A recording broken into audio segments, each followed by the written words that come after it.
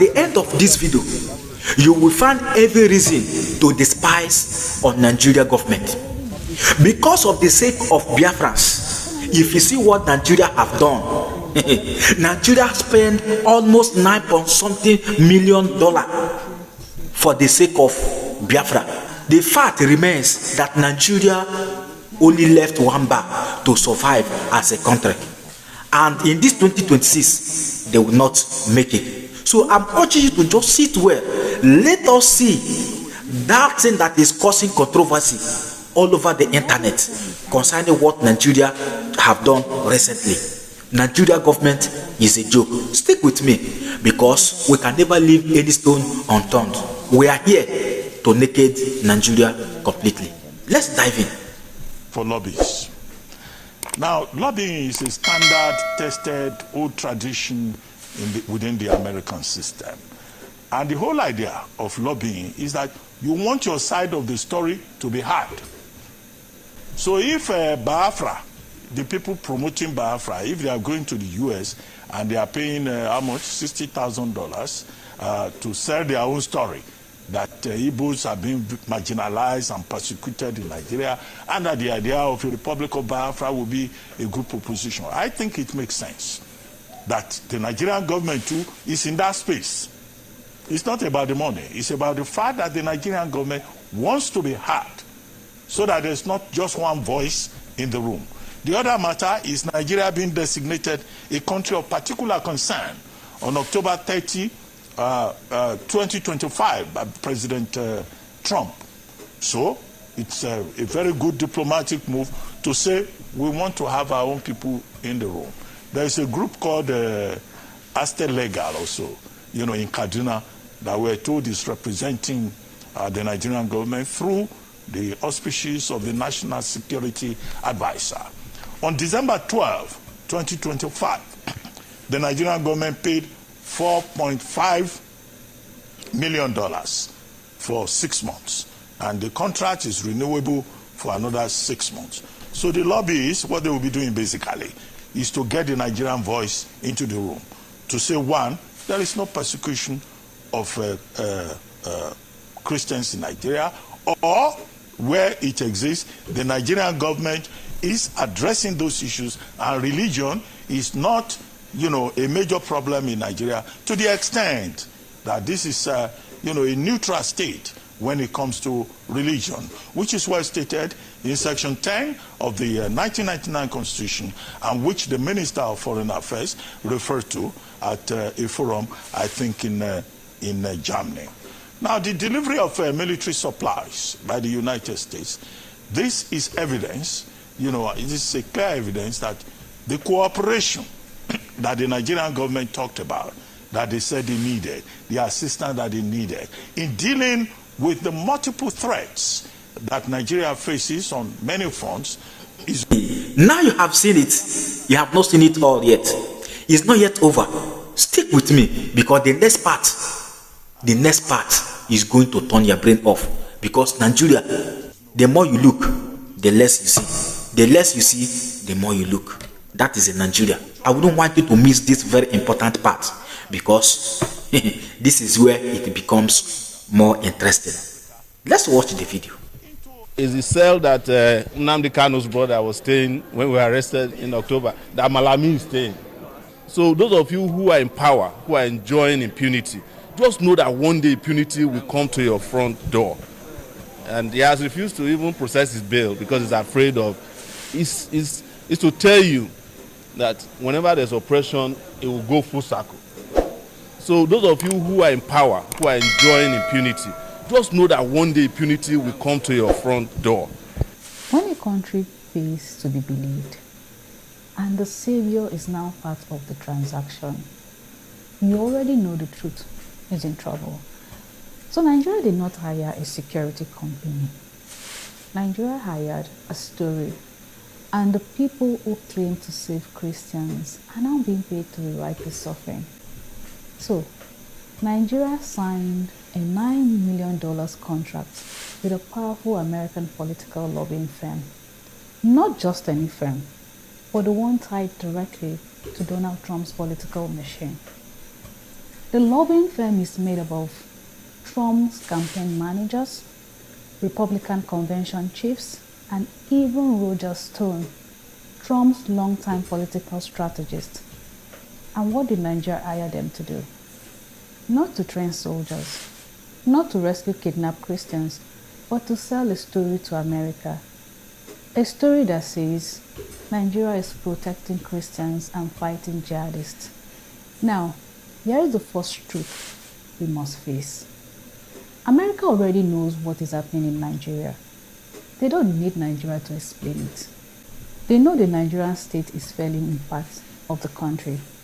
So why pay $9 million? Because this is not about facts. This is about what America is allowed to do with those facts. To understand this better, there are only two parts when genocides or religious persecutions are happening. Let's get down to the facts.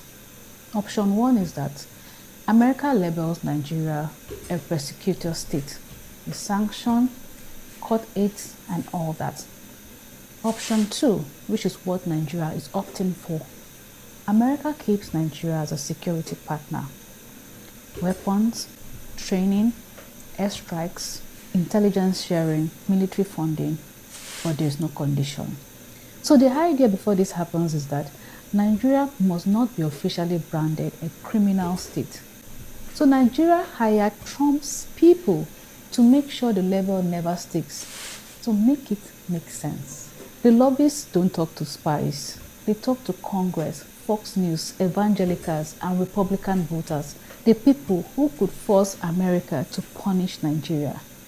So their job here is to create a story that says, yes, Nigeria is messy, but it is fighting terrorists and protecting Christians.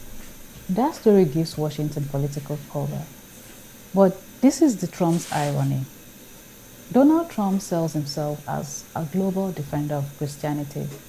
He tells American Christians, I will protect Christians everywhere. So when he announces airstrikes in Nigeria to defend innocent Christians, it sounds heroic. But at the very same time, his own political allies are being paid millions by Nigeria to soften the truth about what is happening to Christians in Nigeria. So, on one hand, Trump's America says we are bombing terrorists to protect Christians. On the other hand, Trump political machinery is quietly telling Washington, Nigeria is doing enough. Don't label them persecutors. Don't impose consequences. So this is enough to justify airstrikes, but not enough to demand justice. And this is the Nigeria irony.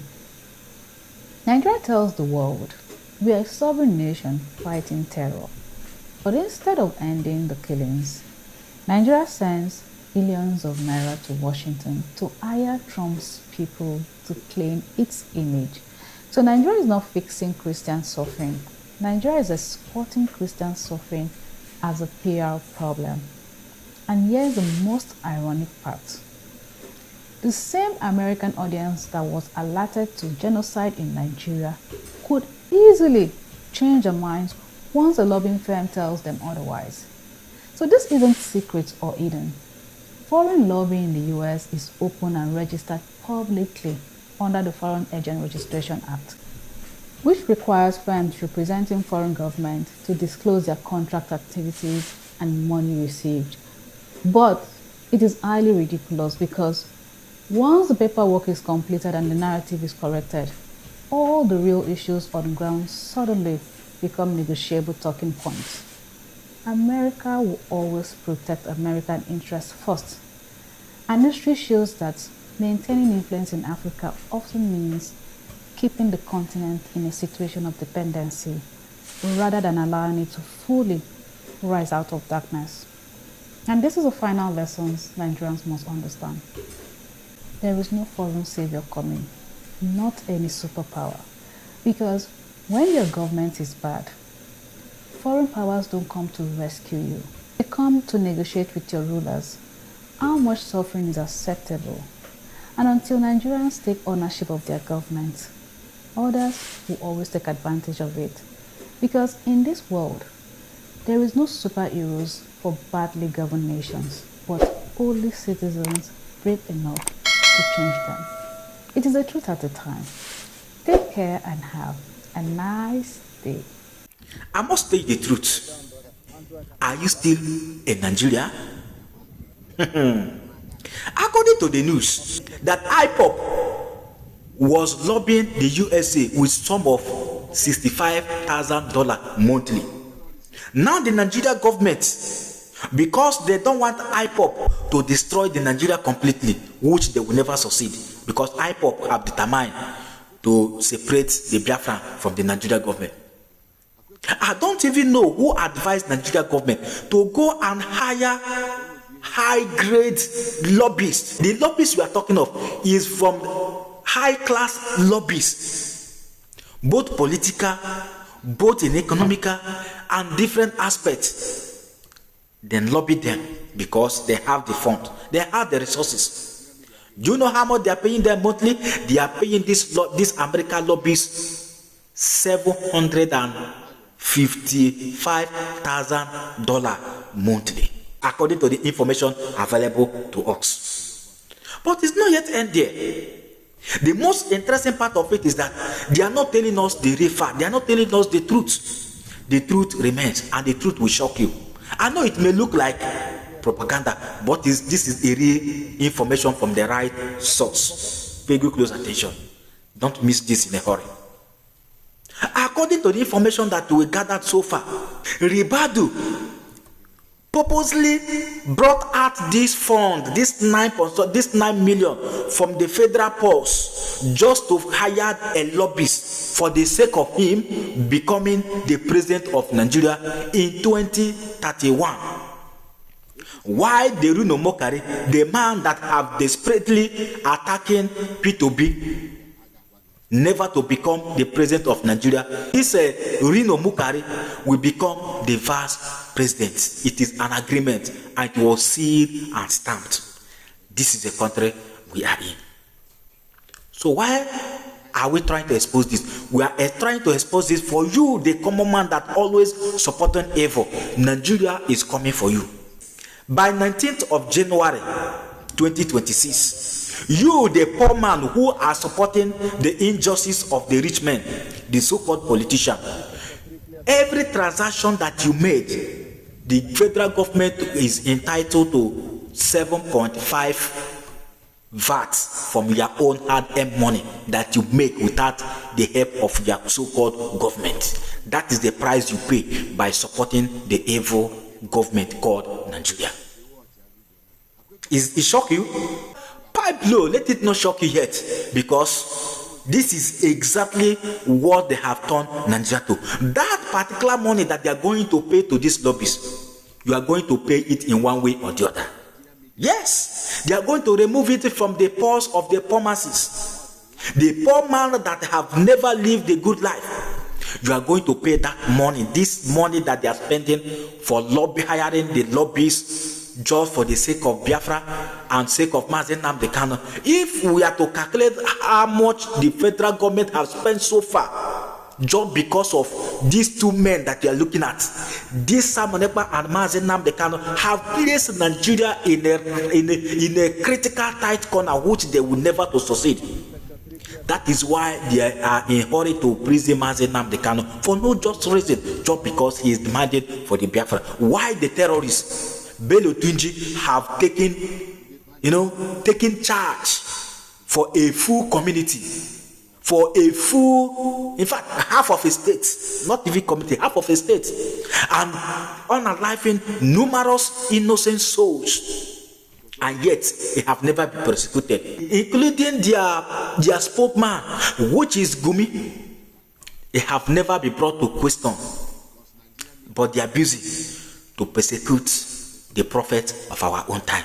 Nigeria, in this critical time, you can never survive what is coming to you. This 2026, the doom is coming.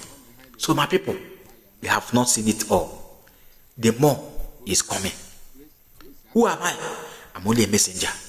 If you love what I do here in this Global Love Channel TV, please don't hesitate to touch the hand for subscribe button, like and turn on the notification bell so that whenever we upload a new video like this, you'll be the first person to be notified. And in doing that, you are encouraging us to do more. Togetherness, we shall save life together. Disintegration, separation, Biafra remains the only lasting solution to the Nigeria problem. Till next time, see you in my next video. Bye for now. Thank you.